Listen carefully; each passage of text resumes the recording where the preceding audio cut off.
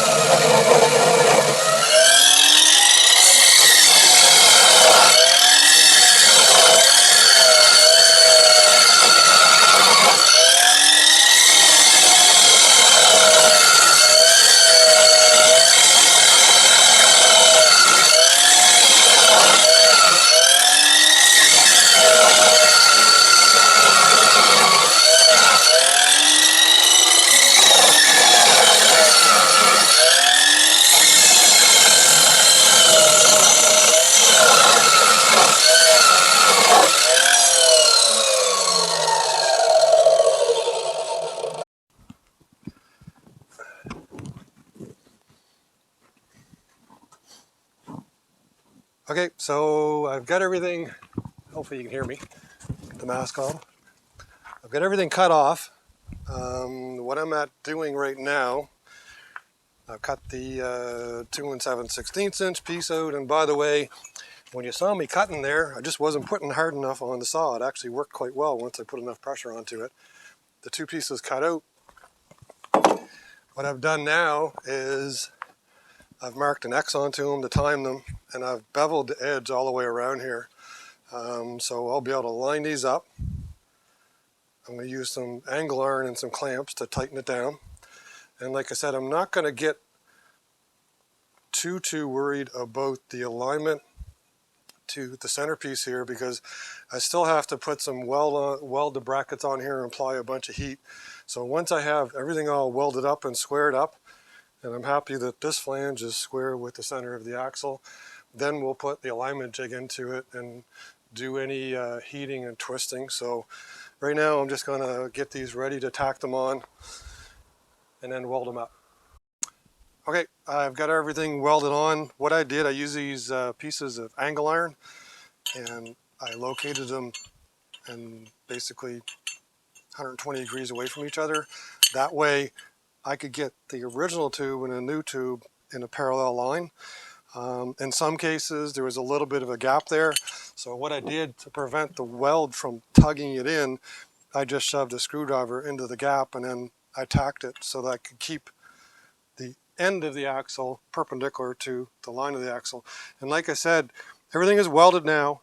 I still have to weld on the shock mounts, which will again apply heat on this side, so you're risking the tubes bending. So once everything is all welded in place and ground, then I'll get the straightening jig onto it and, you know, tweak the tube left, right, up, down, whatever it is, so that the bearing will fit straight in. The other thing I did, I welded up the original vent tube on here because I prefer to put one on the top.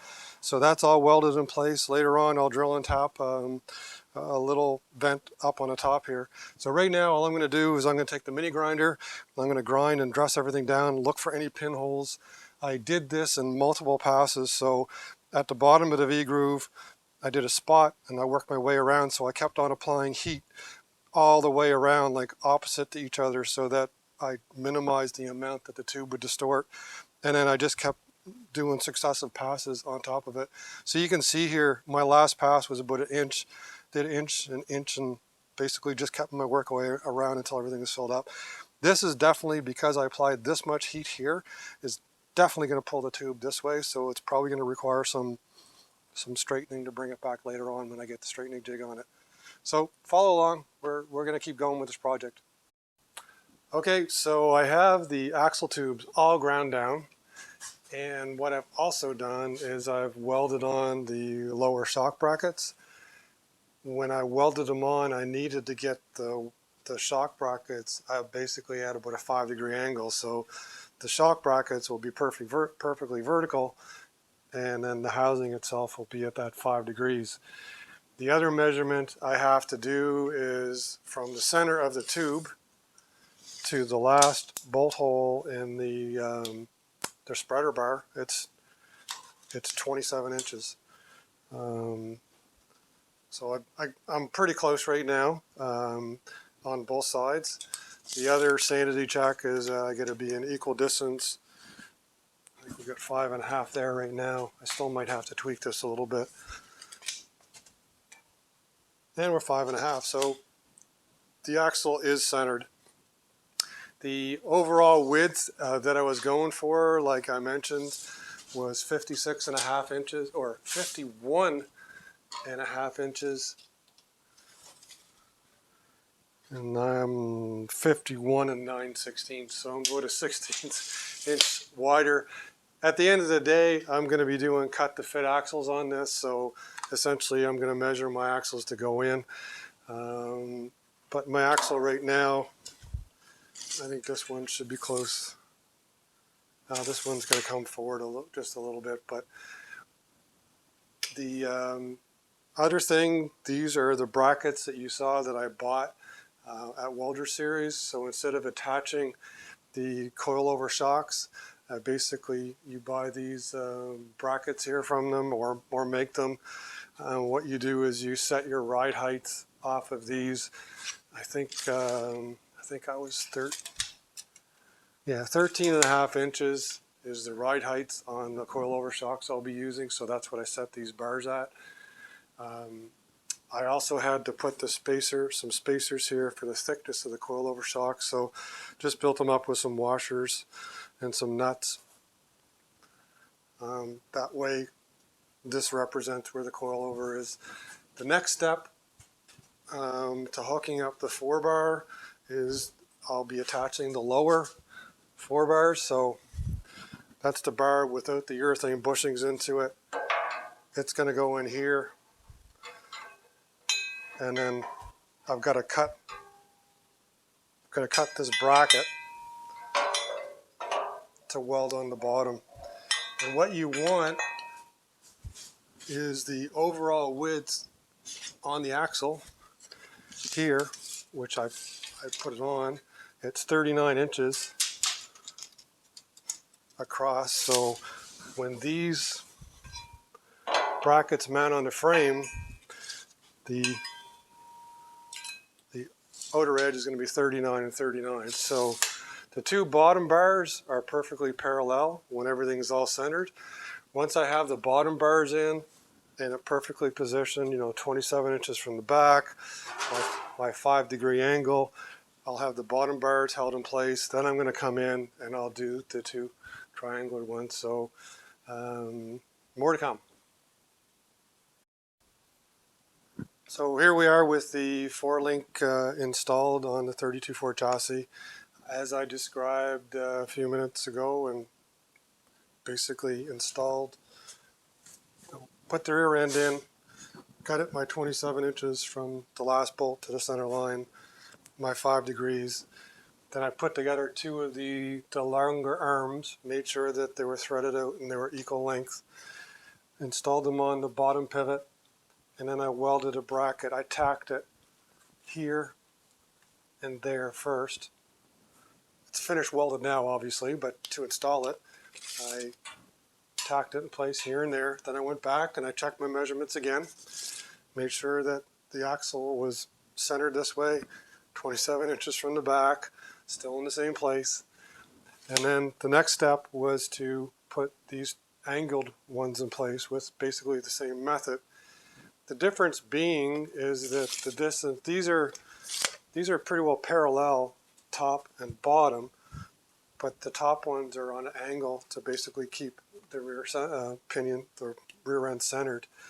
The other complication for putting the triangular 4-links in a housing where the pinion is centered is that there's more of a bump on this side. So I had to be careful when I put this piece in place that it was the same distance from the bottom link to here as it was over on this side. So everything, it's all about symmetry.